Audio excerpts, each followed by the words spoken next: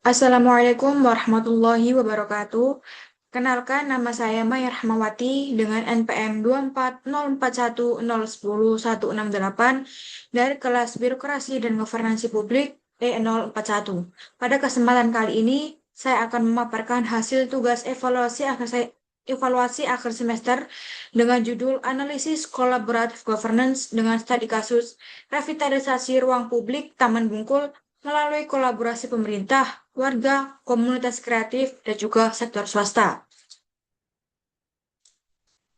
Untuk yang selanjutnya, yaitu saya akan langsung memaparkan hasil dari pendahuluan di mana ada latar belakang revitalisasi ruang publik. Revitalisasi ruang publik sendiri merupakan salah satu upaya pemerintah untuk meningkatkan kualitas lingkungan perkotaan sekaligus menyediakan ruang yang dapat dimanfaatkan masyarakat untuk berinteraksi, berkreasi, dan juga melakukan berbagai aktivitas sosial. Namun, di dalam pelaksanaan program ini tidak dapat dilakukan oleh pemerintah secara mandiri, dikarenakan melibatkan berbagai kebutuhan, kepentingan, dan juga sumber daya yang berbeda. Oleh karena itu, diperlukan kerjasama antara pemerintah, masyarakat, komunitas kreatif, dan juga sektor swasta agar program revitalisasi ini dapat berjalan secara efektif dan juga berkelanjutan. Ansel dan Gas juga menjelaskan terdapat 4 macam model collaborative governance, yaitu yang pertama starting condition atau kondisi awal, yang kedua yaitu ada institutional design atau desain kelembagaan, yang ketiga ada facilitative leadership ataupun kepemimpinan fasilitatif, dan yang keempat adalah collaborative process atau proses kolaborasi. Melalui keempat komponen tersebut, kita dapat memahami bagaimana kerjasama antar pemangku kepentingan dalam merevitalisasi ruang publik, khususnya di Taman Bungkul Surabaya ini, dalam membangun, menjalankan, dan juga menghasilkan manfaat bagi masyarakat di lingkungan sekitar, khususnya di warga Surabaya. Dan untuk yang selanjutnya yaitu ada starting condition atau kondisi awal, di mana menurut Ansel dan Gas, starting condition merupakan kondisi awal yang mempengaruhi keberhasilan kolaborasi, meliputi ketimbangan sumber daya, insentif untuk berpartisipasi, serta sejarah kerja yang sama atau konflik antar aktor. Dalam kasus revitalisasi Taman Bungkul ini, kebutuhan masyarakat terhadap ruang terbuka hijau dan ruang interaksi sosial menjadi latar belakang utama revitalisasi taman. Di sisi lain, pemerintah Kota Surabaya juga menghadapi keterbatasan sumber daya untuk mengelola ruang publik secara optimal, sehingga membutuhkan dari berbagai pihak, seperti pemerintah, PT Telkom, PDAM, masyarakat, dan juga komunitas kreatif menurut penelitian dari Haryono et al. Tahun 2024. Kondisi ini juga menunjukkan adanya ketergantungan sumber daya antar aktor atau interdependence yang menjadi dasar terbentuknya kolaborasi, menurut penelitian dari Emerson et al. Oke, untuk yang kedua yaitu ada institutional design atau desain kelembagaan. Menurut Ansel dan Gas, dia menjelaskan bahwasanya desain kelembagaan harus mampu menciptakan proses yang inklusif, transparan, dan juga dapat memberikan kesempatan yang setara kepada seluruh stakeholders untuk berpartisipasi dalam pengambilan keputusan, di mana pemerintah sebagai koordinator dan pengambil keputusan, PT Telkom sebagai PT Telkom membantu untuk membangun melalui program CSR, PDAM sebagai sarana dan juga utilitas, masyarakat sebagai pengguna dan juga pengawas, dengan komunitas kreatif berfungsi sebagai fungsi sosial tanam ataupun menghidupkan fungsi dari Taman Bungkul itu sendiri. Di mana pembagian peran yang jelas ini mencerminkan desain kelembagaan yang inklusif dan juga partisipatif, sebagaimana dijelaskan oleh penelitian oleh Fang 2006 bahwasanya partisipasi yang efektif itu membutuhkan ruang keterlibatan yang terbuka bagi seluruh stakeholders. Yang ketiga yaitu ada fasilitatif leadership ataupun kepemimpinan fasilitatif. Keberhasilan revitalisasi Taman Bungkul ini sangat dipengaruhi oleh kepemimpinan fasilitatif pemerintah Kota Surabaya, terutama pada masa kepemimpinan Gubernur Tri Risma hari ini.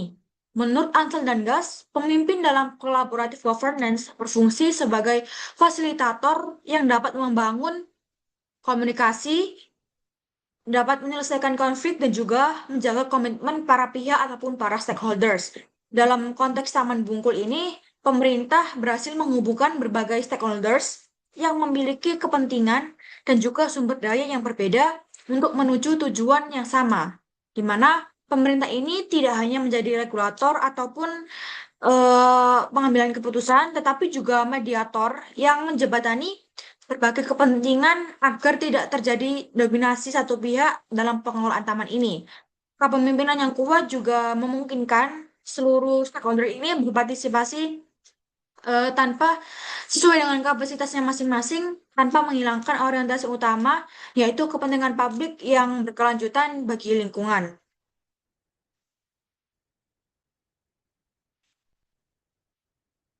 Yang keempat yaitu ada kolaboratif proses atau proses kolaborasi. Ansel dan Gas menjelaskan bahwasanya proses kolaborasi merupakan inti dari kolaboratif governance karena menjadi ruang interaksi antara para stakeholders untuk mencapai tujuan bersama.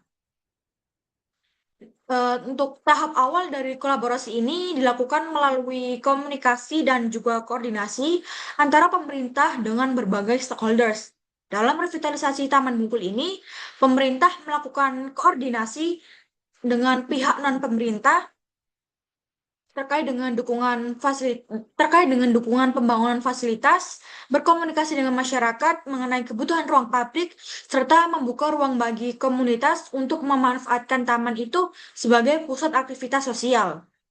Dialog ini juga menjadi penting dikarenakan setiap stakeholders itu memiliki kepentingan yang berbeda, di mana pemerintah itu berfokus pada peningkatan kualitas lingkungan perkotaan dan pelayanan publik. Masyarakat itu menginginkan ruang publik yang aman dan juga nyaman. Komunitas kreatif membutuhkan ruang untuk mengekspresikan kegiatan seni dan budaya, sedangkan pihak non-pemerintah berupaya memberikan kontribusi sosial melalui dukungan sumber daya yang dimiliki. Menurut Ines dan Boher, bahwasanya dialog yang berlangsung secara terbuka itu memungkinkan terjadinya antara pertukaran informasi antara stakeholder satu dengan yang lain dan juga menambah pengetahuan sehingga dapat mengurangi kesalahpahaman antar aktor ataupun stakeholders.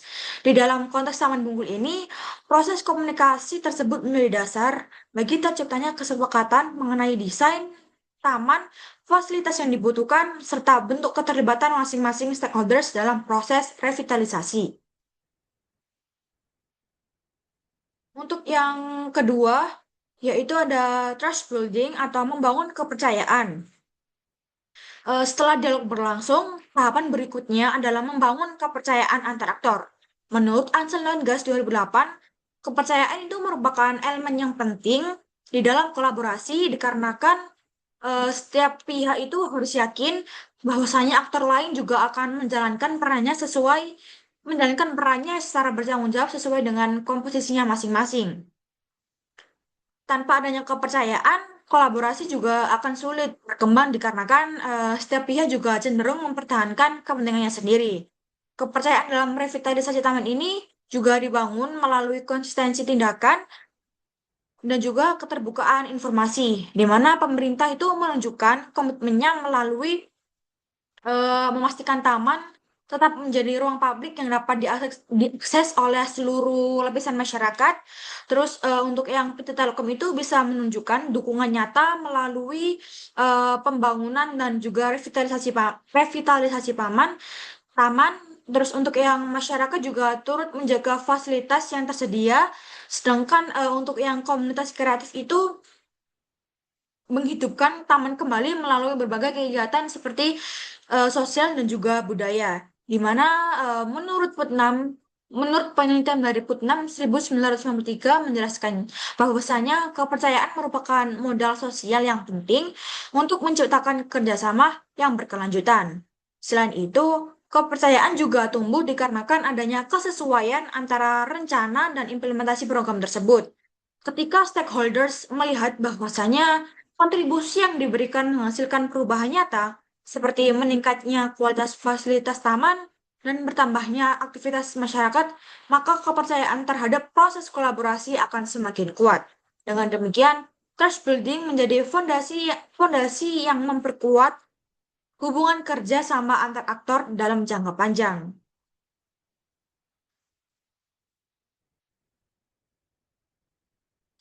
Dan yang selanjutnya yaitu di nomor 3 ada komitmen to process atau komitmen terhadap proses. Penelitian dari Bryson et al. 2015 menjelaskan bahwasanya komitmen merupakan faktor penting dalam menjaga keberlanjutan kolaborasi lintas sektor. Dalam konteks Taman Bungkul, komitmen tidak hanya ditunjukkan pada tahap pembangunan awal, tetapi juga setelah revitalisasi taman selesai dilaksanakan. Pemerintah tetap mengalokasikan sumber daya untuk pemeliharaan taman, masyarakat terus menggunakan dan juga ikut serta untuk menjaga fasilitas publik secara bertanggung jawab, sedangkan komunitas kreatif secara aktif juga ikut menyelenggarakan berbagai kegiatan yang membuat taman tetap hidup dan juga produktif. Hal ini juga menunjukkan bahwasanya keberhasilan revitalisasi bukan hanya tanggung jawab pemerintah, melainkan hasil kerja sama seluruh stakeholders.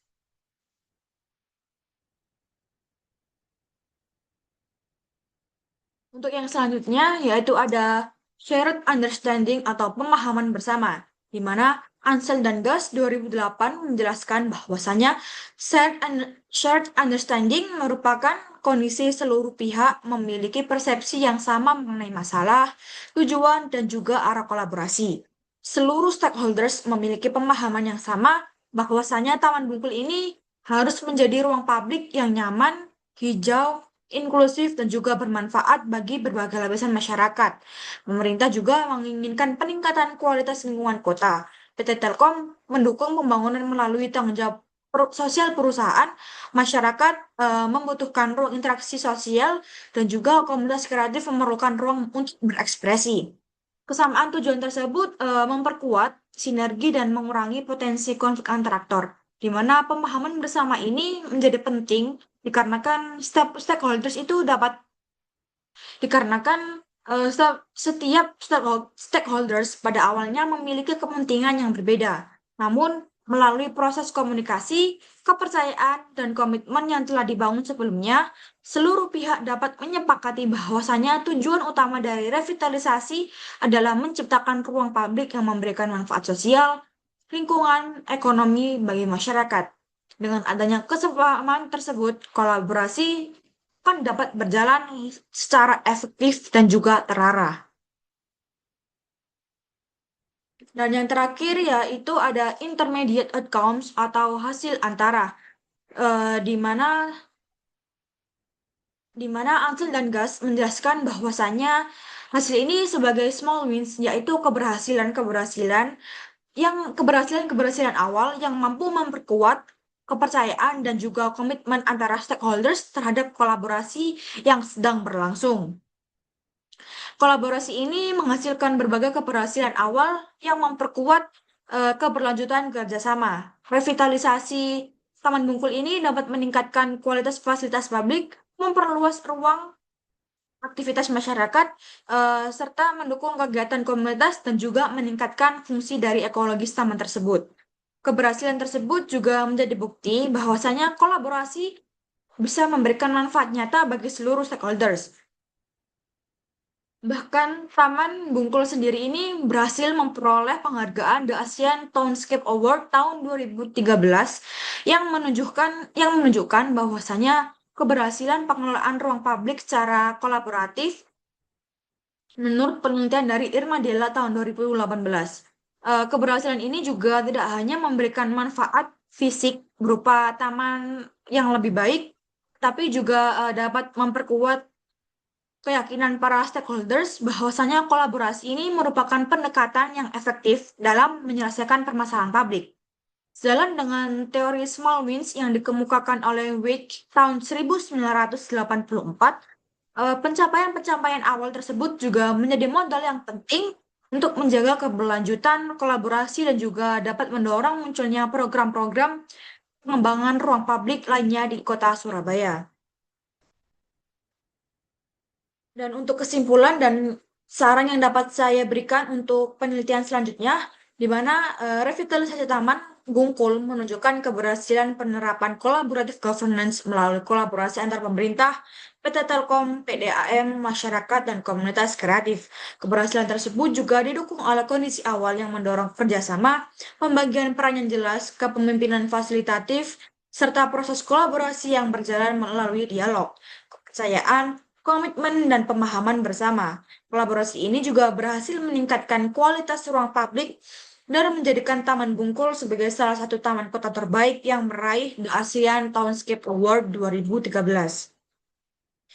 Untuk caranya yaitu pemerintah perlu memperkuat komunikasi dan juga koordinasi dengan seluruh stakeholders, sektor swasta dan BUMN BUMD perlu mempertahankan dukungan melalui program CSR dan kemitraan keberkelanjutan. Masyarakat dan komunitas perlu terus berpartisipasi dalam menjaga dan memanfaatkan taman secara positif. Model kolaborasi di Taman Bungkul juga dapat dijadikan sebagai contoh bagi pengelolaan ruang publik di daerah lain. Dan berikut daftar pustaka yang saya gunakan dalam menyelesaikan tugas evaluasi akhir semester. Untuk yang pertama yaitu ada Ansel dan Gas, yang kedua yaitu Emerson Kenabachi dan Balog, yang ketiga yaitu ada Bryson J. M. Crosby, yang keempat ada Fang, yang kelima ada Haryono et al, yang keenam ada Ines J. E. dan Bohar E. Yang ketujuh yaitu ada Putman R.D. Sekian presentasi yang dapat saya sampaikan. Kurang dan lebihnya saya mohon maaf. Wassalamualaikum warahmatullahi wabarakatuh.